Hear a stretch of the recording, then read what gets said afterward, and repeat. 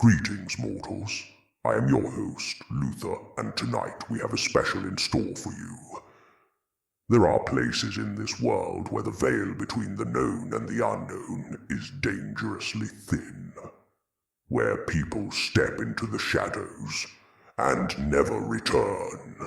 One such place exists in the northeastern United States, a land of rolling hills, thick forests, and ancient legends, but also a land of disappearances. They call it the Bennington Triangle. Over the decades, hikers, hunters, and travelers have walked into the woods, never to be seen again. Entire search teams comb the land, only to find nothing. What force is at work here? Is it nature, a predator hidden among the trees, or something far more sinister? Tonight, we step into Vermont's most terrifying enigma. Welcome to the Bennington Triangle.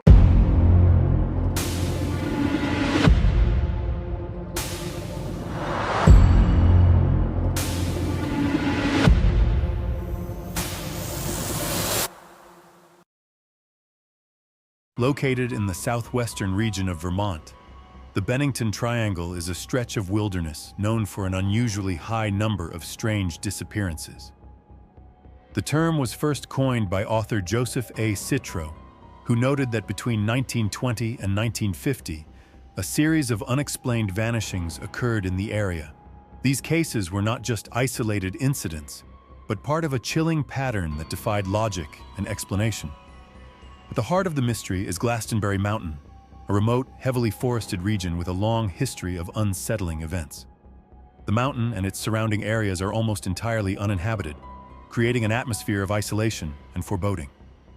According to Native American legends, this land is cursed, home to unnatural forces that have existed for centuries. The indigenous tribes of Vermont, particularly the Abenaki, spoke of the area with reverence and fear, warning outsiders to avoid it at all costs. But legends weren't the only thing haunting Glastonbury Mountain. Something real, something chilling was happening. And it started with a pattern of disappearances that left even the most seasoned investigators baffled. Between 1945 and 1950, 5 people vanished without a trace in the Bennington Triangle. Each case was bizarre, each one leaving more questions than answers. These disappearances have become the cornerstone of the Triangle's dark reputation. Mitty Rivers, 1945. A 74-year-old hunting guide, Mitty Rivers was a seasoned outdoorsman who knew the land like the back of his hand. In November 1945, he led a group of hunters deep into the forest near Glastonbury Mountain. On the return trip, Rivers walked ahead of the group, as he often did, to scout the trail, but this time he never returned. Despite an extensive search, no trace of him was ever found. No blood, no tracks, no sign of a struggle. It was as if the forest had swallowed him whole. Paula Weldon, 1946. An 18-year-old college student from Bennington College, Paula Weldon went hiking alone on the Long Trail, a well-known path that cuts through the area.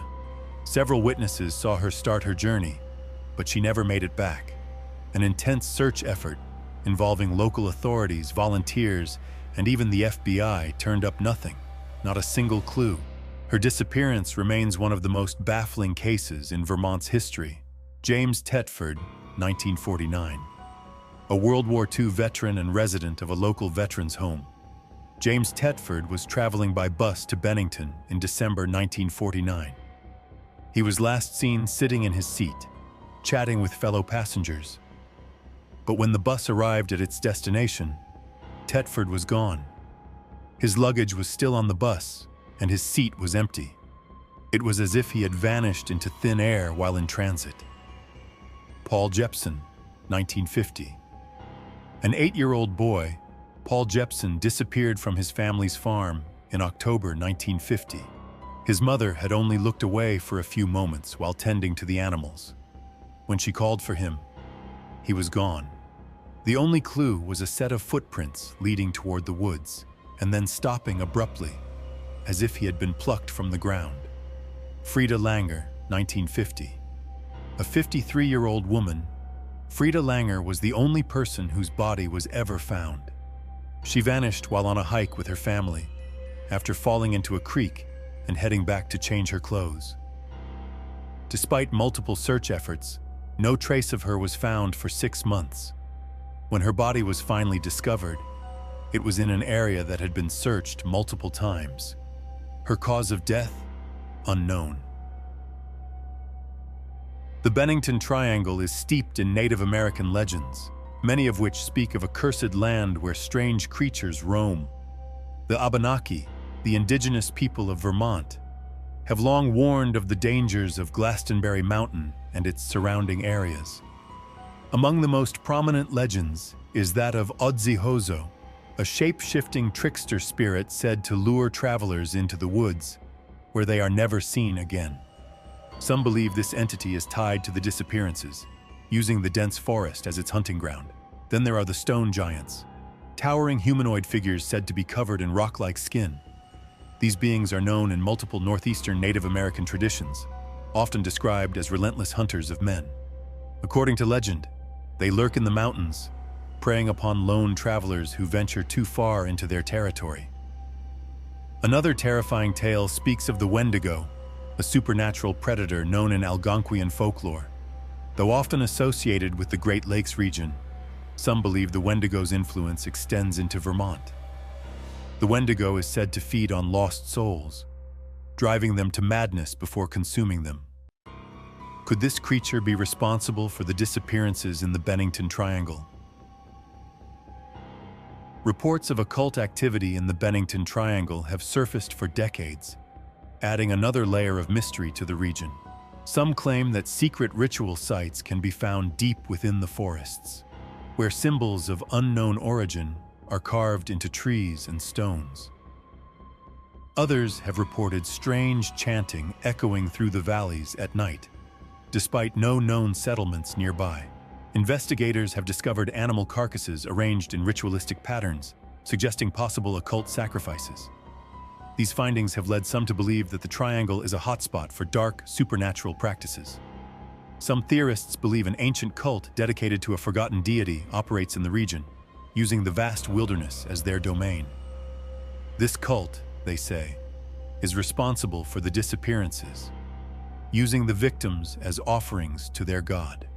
Another theory suggests that the Bennington Triangle is a dimensional hotspot, where rituals performed could be opening portals, allowing entities from other realms to pass through. This could explain the strange sightings and the sudden, inexplicable vanishings. Even today, the Bennington Triangle continues to be a source of fear and fascination. Reports of strange figures lurking in the trees persist, and modern-day hikers and campers have shared chilling accounts of their experiences. A shadowy humanoid creature following them, just out of sight. Disembodied voices calling their names from the woods. Campers waking up to find their tents slashed open from the outside, but no footprints leading to or away from them. Unexplainable disorientation, where compasses and GPS devices malfunction, leaving even experienced hikers hopelessly lost. These encounters suggest that whatever lurks in the Bennington Triangle is still active, still watching, still waiting. The Bennington Triangle remains one of America's strangest paranormal hotspots. The land is steeped in mystery, tragedy, and stories that defy logical explanation. Something is out there, but what? Is it the wilderness itself, hiding dangers we have yet to understand? Is it a predator, hidden among the trees, waiting for its next victim? Or is it a force beyond our understanding? Something that exists in the spaces between worlds? And more importantly, will the disappearances ever stop?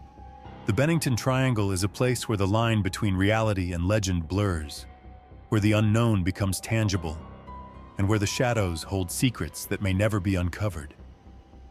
So I ask you, would you dare to go? Ah, the great outdoors. Fresh air, towering trees, the soothing sounds of birds, and the occasional unexplained disappearance. Strange, isn't it? How people just vanish. No bodies, no screams, just footprints leading into nothingness. Almost like something, or someone, is taking them. But hey, maybe it's just the wind. Maybe it's the forest playing tricks on you. Or maybe you're next. Tell me, mortals, if you had a map, a flashlight, and just a little bit of bravery, would you dare take a walk through the Bennington Triangle?